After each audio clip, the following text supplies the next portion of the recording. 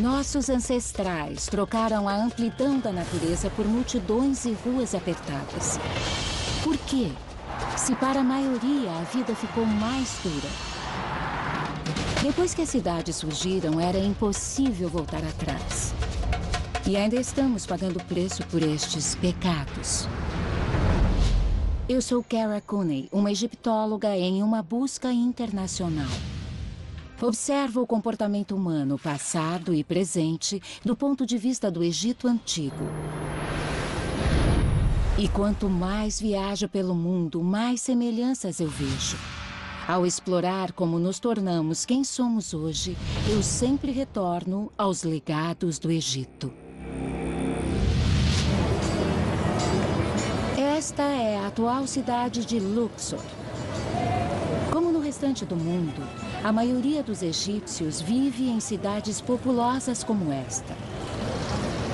Mas nem sempre foi assim. Pouco antes dos antigos egípcios começarem a construir seus maiores monumentos, o próprio conceito de cidade era desconhecido. As cidades são uma invenção relativamente recente. Os humanos sempre foram caçadores e coletores que viviam em grupos familiares pequenos e nômades.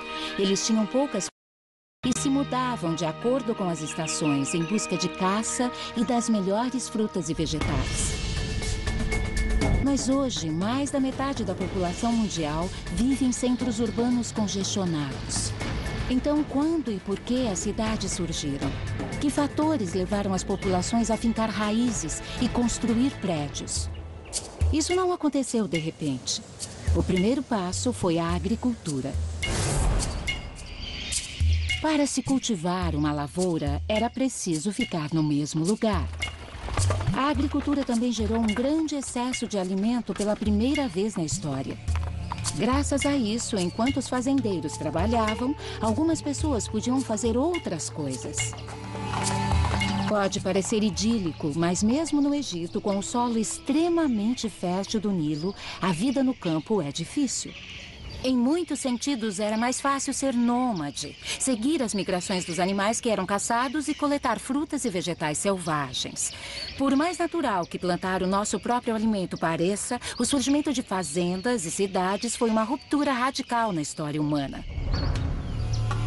É a chamada Revolução Neolítica ou Agrícola, o período da história humana em que as pessoas ficaram presas à terra pela primeira vez. E quando isso aconteceu, tudo na sociedade humana mudou. Algumas das evidências mais antigas de agricultura de todo o mundo estão no Egito, num lugar chamado Fayum, cerca de 130 quilômetros ao sudoeste do Cairo. Boa parte de Fayum fica às margens do rio Nilo. É uma terra fértil, ideal para o cultivo. Mas ao longo dos milênios, o curso do Nilo mudou. A terra, que na antiguidade era nutrida pelo rio e por um grande lago, hoje é um deserto árido. Foi numa destas regiões que minha colega Vilank Vendrick encontrou recentemente evidências de uma antiga comunidade agrícola que data de 5.500 a.C., 3.000 anos antes da construção das primeiras pirâmides. Podemos dizer que essas trincheiras representam o primeiro povoado do Egito, ou a primeira evidência de um povoado, ou temos uma coisa mais antiga? Pode haver povoados mais antigos, mas não encontramos. Essa é a evidência mais antiga que temos de um povoado. E não é um povoado da forma que imaginamos, com ruas e casas. A equipe de Vilank estuda as camadas de material depositadas pelas pessoas ao longo do tempo. O nome da técnica é estratigrafia. Camadas escuras de cinzas revelam que os aldeões antigos construíram fogueiras em locais permanentes. Isso indica que este povo habitou este local por décadas. Algo que só poderia ser feito se o povo tivesse controle sobre sua fonte de alimento. E a única forma de se obter este controle era através da agricultura e da pecuária, no lugar da caça e da coleta. Eles não só plantavam trigo e cevada em lavouras, como também tinham ovelhas, carneiros e porcos. Encontramos muitos porcos. O interessante sobre os porcos é que eles não gostam de andar. Então, os porcos tendem a indicar uma vida sedentária. Mas por que este povo antigo decidiu fincar raízes, plantar lavouras e construir uma comunidade? Mudanças climáticas podem ter permitido o cultivo. E é possível que a agricultura tenha se tornado necessária para alimentar mais gente. Ou talvez alguns tenham concluído que ao cultivar e controlar alimentos, eles teriam poder sobre os outros. É difícil determinar com precisão o que causou o salto para a agricultura, mas qualquer que tenha sido a inspiração, este povoado parece ter sido ocupado por 500 anos. Então a vida devia ser boa. É muito fácil quando se sabe onde estão os recursos. É só escolher um lugar e ir até onde as coisas estão. Havia um lago maravilhoso, repleto de peixes. Então eles tinham uma rotina bastante equilibrada. Este é o povoado agrícola mais antigo já encontrado no Egito. Mas em outras partes do mundo, as comunidades começaram a surgir milhares de anos antes. No centro da Turquia foi erguida uma enorme estrutura protetora sobre uma das escavações arqueológicas mais importantes do mundo e o maior sítio neolítico já encontrado, o povoado de Çatalhöyük. As pessoas começaram a morar aqui quase 2000 anos antes de os primeiros fazendeiros surgirem às margens do Nilo. Çatalhöyük foi descoberta no final dos anos 1950. A arqueóloga Carrie Eklund concordou em me mostrar este sítio incrível. São muitas camadas. Esse lugar foi habitado por bastante tempo. Vocês sabem quanto? Ele foi habitado por cerca de 1.400 anos. Os primeiros ocupantes datam de 7.400 a.C. e abandonaram o local por volta de 6.000 a.C. E de quantas pessoas estamos falando? Estimamos uma população entre 3 e 8.000 pessoas, que deve ter mudado ao longo do tempo. Então este sítio não apenas é o mais antigo, como também é muito maior do que o de Fayum, no Egito. Esta é uma das primeiras cidades do mundo. As casas de Çatalhöyük foram construídas com tijolos de barro ou adobe em formas retangulares. Travessas de madeira sustentavam telhados feitos de barro e junco. Cada construção tinha 1, 2 ou 3 cômodos, separados por paredes mais finas. Olhando para um lugar como esse, parece natural que as pessoas vivessem entre 4 paredes, mas de certa forma foi uma mudança radical para pessoas que antes eram livres, móveis e vagavam pelos campos e agora iam morar em espaços apertados. E as casas onde eles moravam eram muito diferentes das casas em que vivemos hoje. São muito menores para começar. Não há espaço entre as paredes que dividem as casas. Elas eram muito próximas. Às vezes dividiam paredes, às vezes eram separadas por centímetros. Então não há ruas. E achamos que eles se deslocavam pelos telhados. E entravam nas casas por buracos no teto. As casas deviam acomodar de 8 a 10 pessoas e ficavam coladas umas às outras, como numa colmeia. Os arqueólogos já descobriram 18 camadas de construções em Çatalhöyük, uma profundidade de quase 7 andares. Uma construção durava aproximadamente 80 anos. E quando as pessoas iam abandonar uma casa, elas passavam por um processo especial. Primeiro limpavam a casa toda, esfregavam o chão, esfregavam as paredes, desmontavam o teto, tiravam as travessas e derrubavam a parte de cima das paredes. Depois preenchiam cuidadosamente o resto da habitação com terra e erguiam a casa nova em cima dela. Os arqueólogos chegaram a encontrar 4 casas alinhadas exatamente em cima da anterior, com as paredes, fornos e lareiras exatamente no mesmo lugar. Então, nesta cidade antiga, há uma continuidade notável ao longo do tempo. Há diversas teorias sobre quem morou em Çatalhöyük. Alguns arqueólogos acreditam que eram todos fazendeiros, que trabalhavam nas planícies inundáveis que cercavam a cidade. Mas outros acreditam que pelo menos alguns dos moradores eram livres para se dedicar a outras atividades, já que a comida era abundante. Se pensarmos em todas as atividades de uma cidade moderna, igrejas, cemitérios, zonas industriais ou fábricas, residências, o que vemos em Çatalhöyük É tudo isso reunido num espaço só, o lar. Eles enterravam os mortos sob o piso, eles cozinhavam, comiam e viviam no salão principal. Então cada família vivia sua própria vida aglomerada nessa cidade. Isso, mas ao mesmo tempo há um certo equilíbrio, porque eles viviam numa comunidade com outras 5.000 pessoas. Para os moradores de Çatalhöyük, este estilo de vida trouxe novos desafios, como lidar com dejetos humanos, lixo e doenças. Em Çatalhöyük, na Turquia, os arqueólogos trabalham há anos para escavar estas habitações neolíticas. Algumas delas com mais de 9.000 anos de idade. Eles reconstruíram um dos lares antigos e o chamam de Casa Experimental. Pode descer, Caris. Ela nos dá uma ideia de como era a vida em uma das primeiras cidades do mundo. Temos um buraco de entrada ali, as pessoas desciam por uma escada ou algum tipo de escadaria. O forno ficava diretamente embaixo da porta para a fumaça sair. E a porta era a única fonte de ventilação e de luz, porque não encontramos evidências de janelas. E não é tão escuro, é bem iluminado. As paredes caiadas refletem a luz e criam uma sala bem clara. Casas como esta tinham pesados moinhos de pedra. Um indício claro de que estas pessoas dependiam de grãos e vagens. Alimentos que precisam ser processados antes de consumidos. Uma coisa interessante sobre a dieta é que cada casa tinha uma área de armazenamento. Então, eles estocavam e preparavam a própria comida. Este equipamento de moagem era necessário para que eles pudessem comer. Então, eles não podiam simplesmente ir embora, porque teriam que transportar tudo isso, que é muito pesado, são bens imóveis. Eles estavam comprometidos a ficar aqui. E podemos ver isso claramente nas obras de arte. Esta é uma réplica do original. Isso, é uma réplica de uma pintura. Ela já foi interpretada de diversas formas. Alguns dizem que isso aqui é um vulcão. Ele se chama Hassan Dağ e nos dias claros é possível vê-lo daqui. Algumas pessoas acham que é a erupção do vulcão e que esses blocos representam as casas de Çatalhöyük. Uma interpretação alternativa diz que é a pele de um leopardo, porque sabemos que eles eram muito importantes.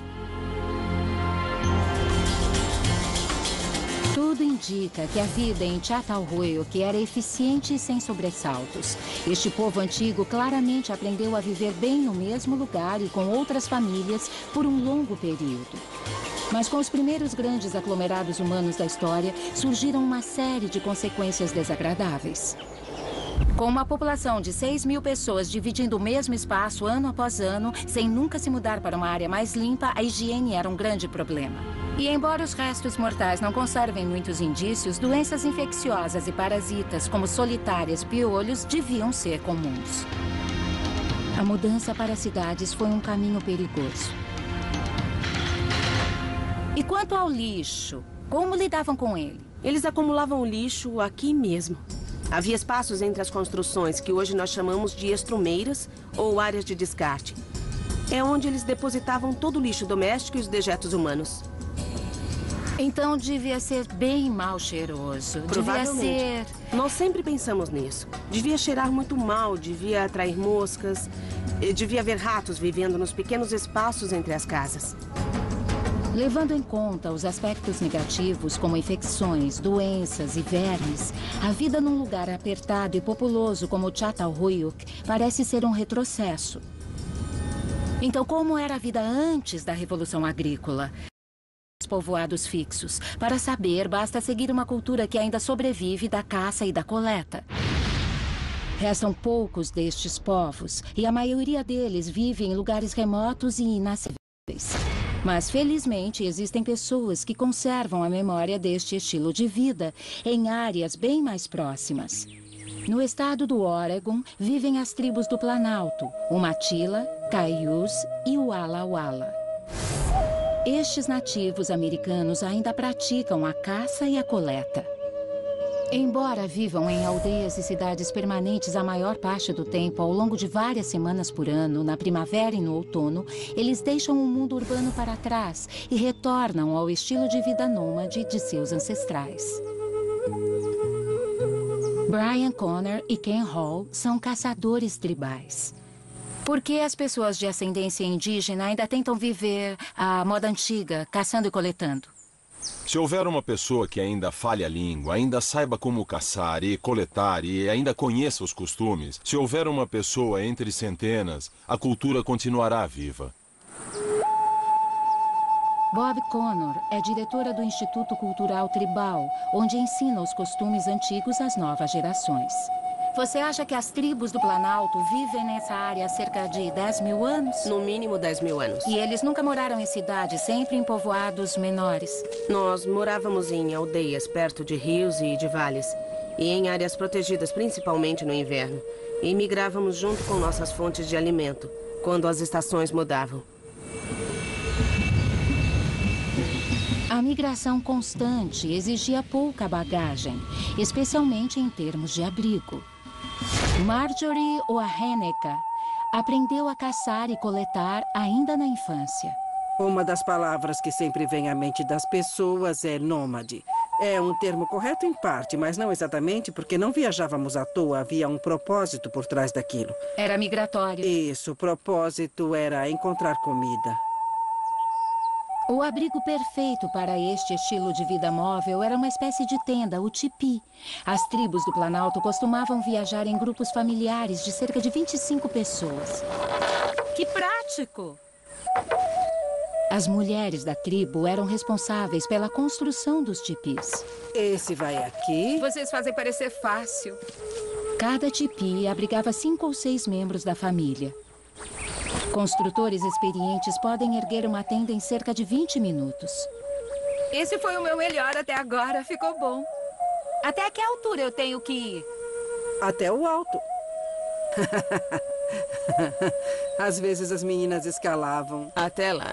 Até lá. Até lá. Ou subiam no ombro das outras. Ela vai precisar de uma cadeira. Eu preciso de uma cadeira. É a primeira vez que eu vou dizer isso na vida, viu?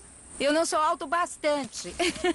Anda, agora vai. Ah, agora sim. Ei! Marjorie, nem demoramos muito para montar. E eu fiquei pensando em como isso se compara à vida na cidade, em que todo mundo fica apertado em estruturas permanentes. Essa não parece uma forma ruim de se viver. E não era. Nós estamos sempre ao ar livre, nós nos mantemos ativos. Vocês caçam, montam cavalos, coletam, acampam de vez em quando em tendas como esta. É um estilo de vida saudável. Muito saudável. Foi só quando os não-índios chegaram que nós começamos a sofrer com doenças e outras coisas que restringiram a nossa longevidade. As novas doenças restringiram mais do que apenas a duração da vida dos índios. O avanço dos colonos brancos rumo ao oeste quase destruiu todo o seu estilo de vida. Os forasteiros queriam terra e queriam ser seus donos. Com a chegada das plantações e criações de gado, ergueram cercas e acabaram com a caça que vocês praticavam? Tudo mudou, era um novo conceito. Não podíamos entrar nas áreas em que caçávamos sazonalmente e tínhamos que mudar de lugar, o que gerava mais conflito. Embora em escala menor, e durante apenas parte do ano, as tribos do Planalto do Oregon manterão as tradições vivas enquanto houver raízes e frutas para colher e manadas para caçar. O nosso estilo de vida antigo foi provado ao longo de milhares de anos. E esse país tem apenas alguns séculos e, com as dificuldades que o mundo enfrenta hoje, pode ser que a gente volte a viver como antes. Então, se a civilização entrar em colapso, Sem vocês problemas. sabem que Saberemos estarão sim bem. o que fazer. Eu vou me mudar para cá. Vou começar a visitar o Oregon. Nós podemos te Vocês me adotar. adotam? sim, Eu posso claro, vir com caçar certeza, aqui? pode vir. Os humanos viveram como caçadores e coletores por milênios. Não foi por falta de conhecimento da técnica para plantar. Sabiam que se plantassem uma semente na terra, ela cresceria. Mas entendiam que um estilo de vida móvel fornecia um modo rico, saudável e flexível de se adaptar ao ambiente. Então, por que a mudança? A análise arqueológica recente de ossos antigos pode nos explicar. Esta é a Universidade de Tel Aviv, em Israel, que abriga os restos mortais de alguns dos primeiros humanos que habitaram o Mediterrâneo. Estou aqui para descobrir como a vida nas cidades afetou a saúde das pessoas entre 7 e 9 mil anos atrás. Usando métodos tradicionais e avançados, os cientistas podem aprender muito a partir destes ossos. Alguns dos ossos parecem ter sido queimados, estão pretos. Os ossos ficavam embaixo do piso, muito perto do fogo. Israel Hershkovitz é um antropólogo físico consagrado. A análise de ossos humanos antigos é uma parte vital de seus estudos. Ossos longos, como braços e pernas, revelam muito sobre nutrição e doenças. Mas um único dente pode contar toda a história de vida e morte de um ser humano antigo. Então os dentes podem dizer... Os dentes podem informar sobre a dieta, sobre a saúde em geral, sobre o crescimento e desenvolvimento, sobre a rotina, sobre o que faziam, porque as pessoas usavam os dentes como ferramentas e não só para a alimentação. O Dr. Hershkovitz estudou milhares de espécimes do fim do período dos caçadores e coletores, conhecido como Natufiano, e dos primeiros fazendeiros do início do Neolítico. Através de uma análise microscópica e testes químicos, ele encontrou diferenças fundamentais entre os dois estilos de vida. De acordo com seu estudo, os fazendeiros do Neolítico, principalmente as mulheres, tinham vidas mais longas e menos violentas do que seus ancestrais caçadores e coletores. Então, a princípio, parece que viver em uma cidade era mais seguro e mais fácil. Mas a vida em povoados permanentes tinha um preço alto, mais desgastante em virtude do trabalho físico repetitivo nas lavouras e pior. Por exemplo, vemos aqui o que chamamos de nova formação óssea. Certo. Certo? Bem aqui. É uma placa de osso como um tapete. E o osso novo cobre o antigo. Certo. Isso é uma indicação clara de que essas pessoas tiveram alguma doença infecciosa, provavelmente tuberculose. Vivendo num ambiente contaminado e na companhia de animais, os animais recém-domesticados, a população humana ficou exposta a muitas doenças, o que explica a alta incidência de doenças inflamatórias encontradas nas primeiras comunidades agrícolas. A tuberculose era apenas uma das infecções ligadas à vida urbana. Doenças como sarampo, varíola, gripe, cólera, malária e peste bubônica podiam se espalhar como fogo pela cidade. Se a mudança para povoados permanentes significava mais doenças e, para muitos, uma vida mais dura, por que ela ocorreu? Qual era o benefício? A melhor evidência para responder a estas perguntas vem de uma das primeiras cidades do mundo.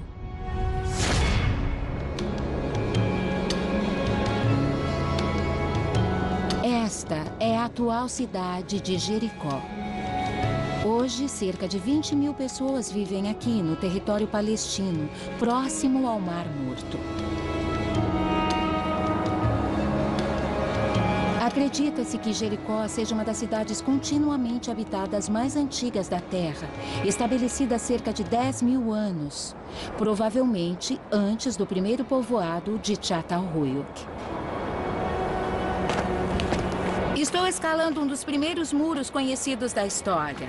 Ele tem 9 mil anos de idade e pode até ser mais velho. Pode não parecer muito, mas há 1 metro, talvez 1,5 metros abaixo do solo.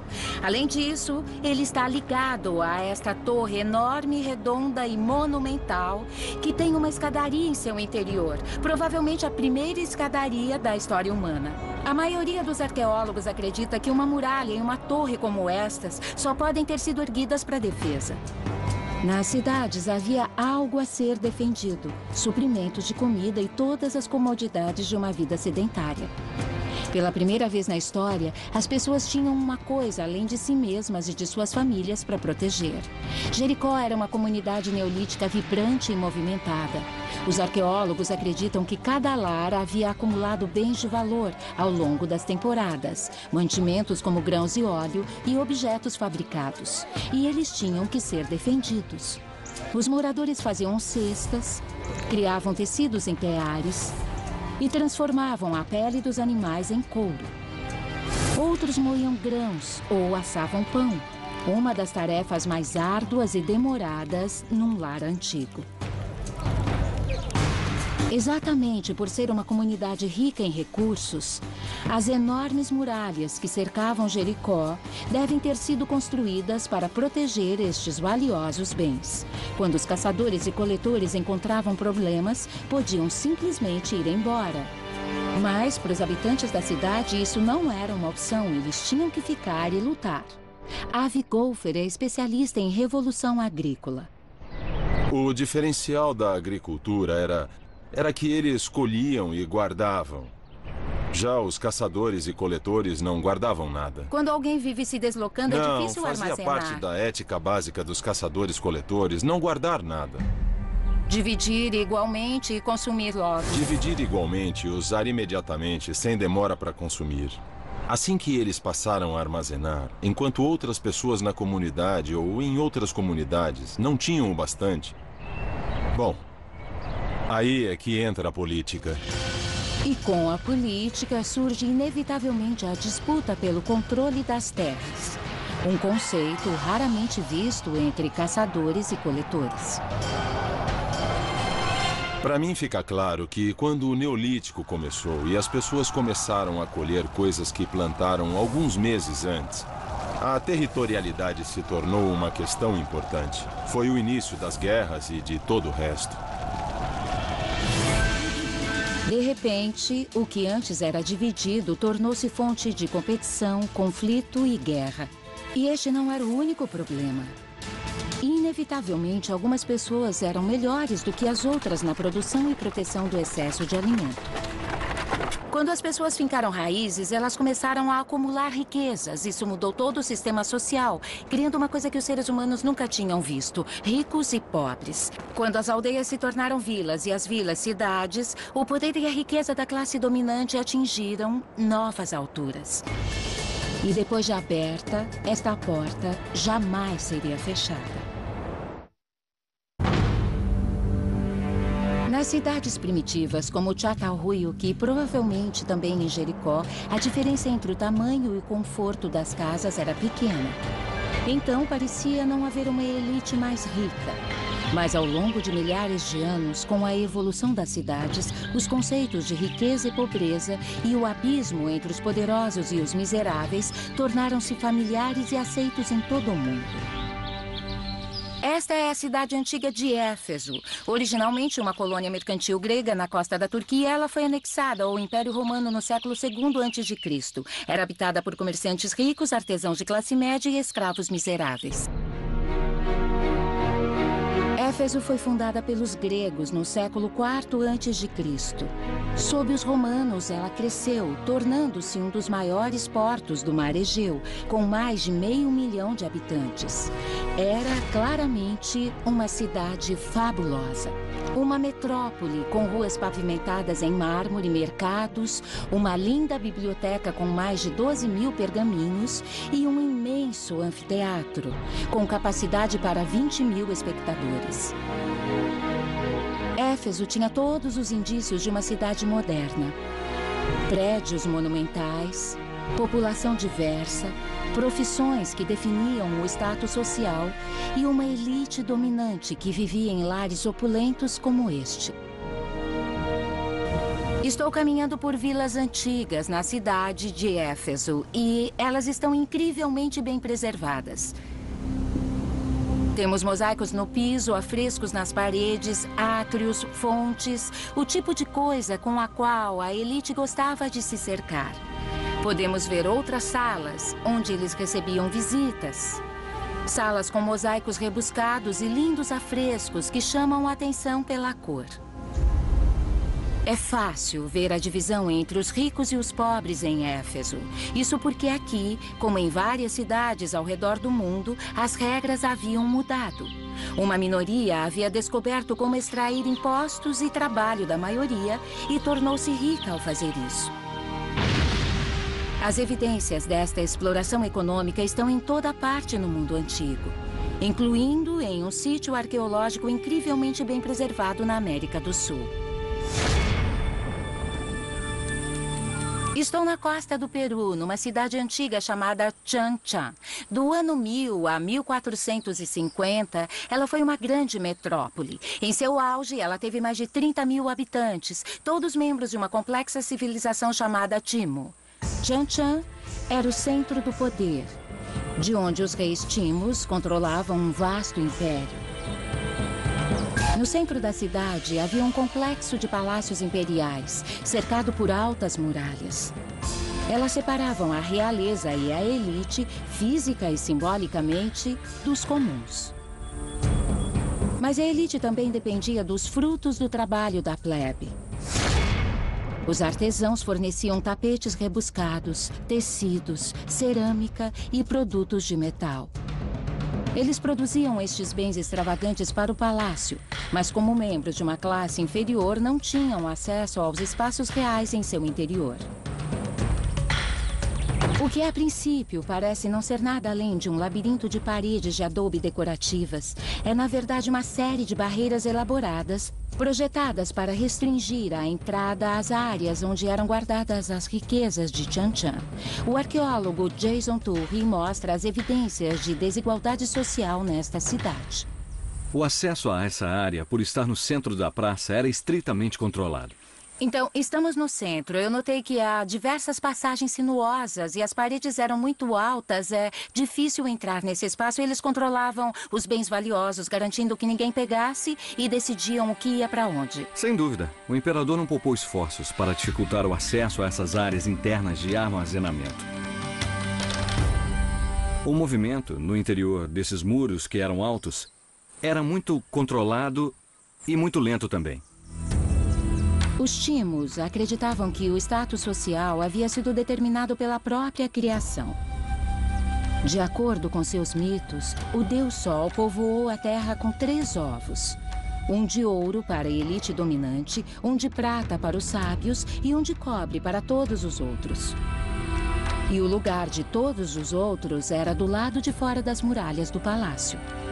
Chanchan foi uma cidade de reis, mas também pode ter sido uma cidade de miseráveis. Estamos do outro lado do muro e eu vejo imediatamente a diferença na arquitetura. Essas são as ruínas de uma estrutura. Podemos ver que é uma construção, mas não era nada parecida com o palácio. Parede.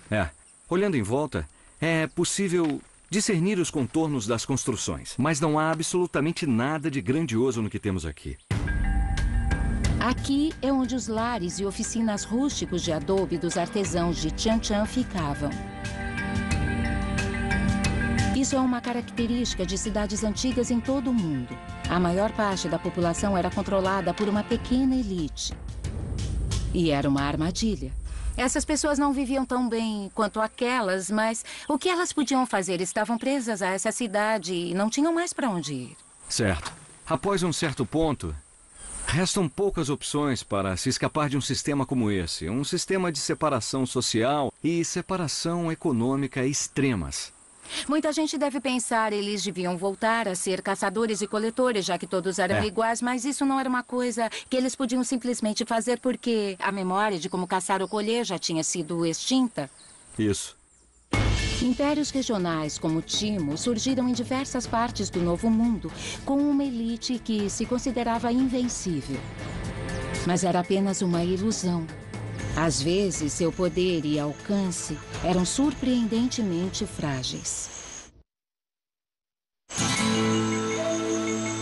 No século XVI, exploradores espanhóis se depararam com uma vista impressionante nas selvas do sul do México. Uma cidade abandonada, repleta de magníficas estruturas de pedra, pirâmides, templos e palácios. A população maia local chamava as ruínas de Otolum, que significa terra com casas fortes. O nome espanhol Palenque significa fortificação. Embora o nome evoque força, Palenque, como a maioria das cidades ao longo da história, estava destinada ao fracasso.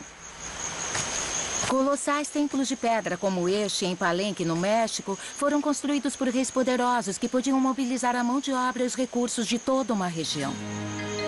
Estes reis, com uma força de trabalho gigantesca, transformaram Palenque numa enorme cidade-estado, que floresceu entre os anos 400 e 800. No auge da cidade, cerca de 7.000 pessoas viviam apertadas nesta pequena área. Os reis continuaram construindo cada vez mais estruturas grandiosas, alardeando seu direito ao trono. Mapeamentos recentes identificaram quase 1.500 construções, e os arqueólogos dizem ter revelado apenas uma fração da grande cidade cerimonial. Por 5 séculos, as terras cultivadas e selvagens ao redor de Palenque forneceram alimento e recursos o bastante para que a cidade crescesse e sua população prosperasse. A localização era boa. O arqueólogo Benito Venegas estuda Palenque. Há 5 rios que cortam Palenque, então havia água suficiente para consumo humano. E ao norte há uma grande parede, é um penhasco, e atrás uma montanha. É uma proteção natural, Sim, é uma área proteção segura. natural, é isso. Mas algo deu errado. Como em praticamente todas as cidades antigas do mundo, a estrutura de poder entrou em colapso e os prédios se transformaram em ruínas. Palenque foi abandonada em menos de 100 anos. No ano 900, a selva já havia começado a tomar conta da cidade grandiosa. Qual foi a causa desta queda apocalíptica? Antes da construção dos templos, eles começaram a cortar todas as árvores ao redor de Palenque. As árvores eram usadas como combustível na fabricação de estuque para revestir as enormes construções de pedra. 1 tonelada de estuque exigia a queima de 3 toneladas de lenha. A madeira era abundante, mas apenas por algum tempo. Quando a demanda superou a produção, a floresta ao redor de Palenque desapareceu. E sem as raízes para sustentá-lo, o solo da selva logo erodiu. E sem as árvores não havia solo bastante para que o milho e o feijão crescessem direito. Com o aumento da competição por recursos, Palenque foi tomada pela guerra. E também há evidências de uma seca devastadora no século IX. Hoje, acredita-se que a morte desta cidade, como a de cidades antigas em todo o mundo, se deveu à expansão além de seus recursos naturais. Quando uma cidade cresce muito e rápido demais, o colapso é inevitável.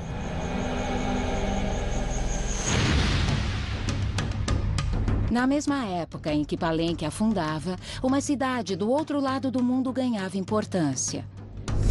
Entre os séculos IX e XV, a antiga cidade de Angkor, no Camboja, foi uma metrópole ampla e vibrante. Repleta de templos magníficos, altares e palácios, além de milhares de casas para acomodar sua enorme população. Angkor era a capital do Império Khmer, o maior e mais poderoso do Sudeste Asiático. Cada governante Khmer expandiu a cidade, que chegou a cobrir quase 2.600 quilômetros quadrados. É a maior cidade pré-industrial já descoberta. Maior do que todos os 5 distritos de Nova York. Arqueólogos atribuem este crescimento notável ao sistema de abastecimento de água altamente sofisticado da cidade. No ano 2000, imagens de radar da NASA revelaram uma rede intrincada de canais.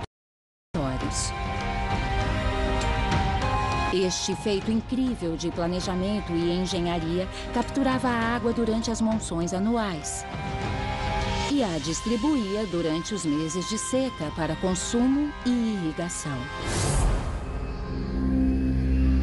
O sistema funcionava tão bem que Angkor continuou crescendo desenfreadamente, até atingir mais de 1 milhão de habitantes. Ironicamente, o sistema de abastecimento que permitiu o crescimento de Angkor também pode ter causado sua ruína. Ao longo dos séculos, tornou-se cada vez mais difícil manter a infraestrutura colossal. Quando o sistema de água entrou em colapso, uma seca implacável aumentou a crise. A cidade enfraquecida tornou-se vulnerável a invasores, que aproveitaram a chance. As causas por trás do colapso e abandono de Angkor são similares às de Palenque e de quase todas as outras cidades antigas. Superpopulação, crescimento desenfreado e esgotamento rápido dos recursos naturais levaram estas cidades ao fracasso. Uma lição cruel sobre as limitações da tecnologia.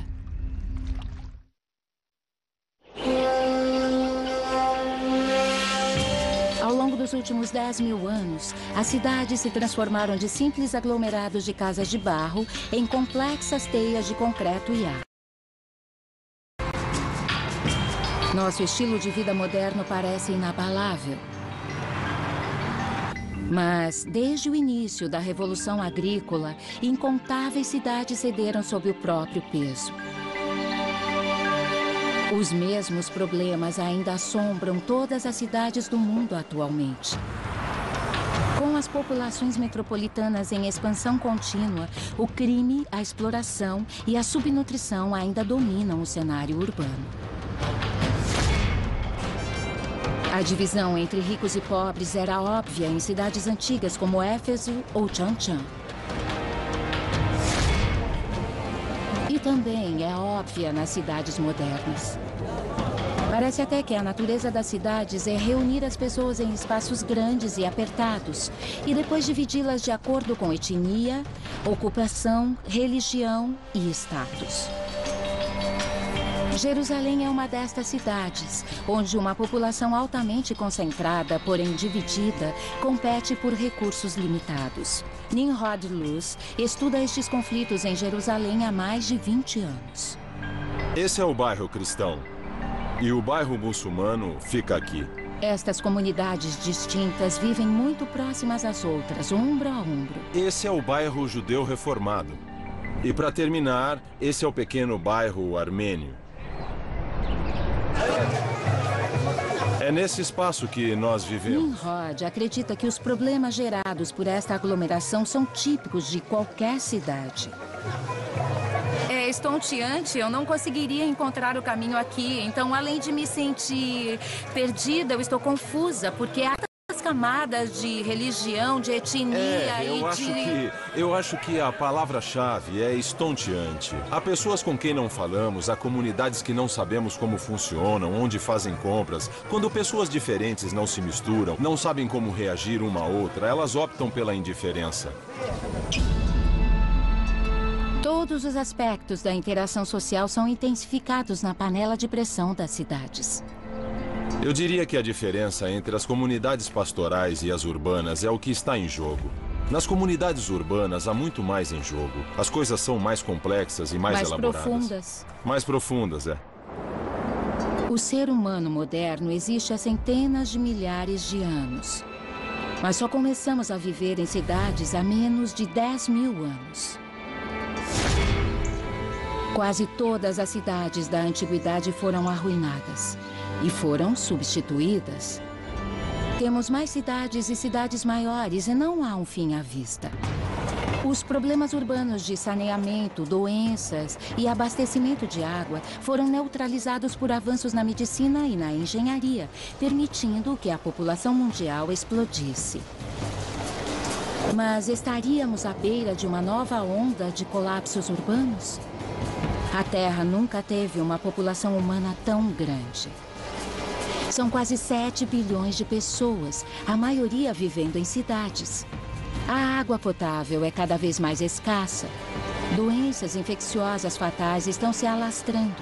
A competição por petróleo, árvores e espaço tornou-se feroz. A violência está aumentando. A vida na cidade seria apenas uma fase passageira?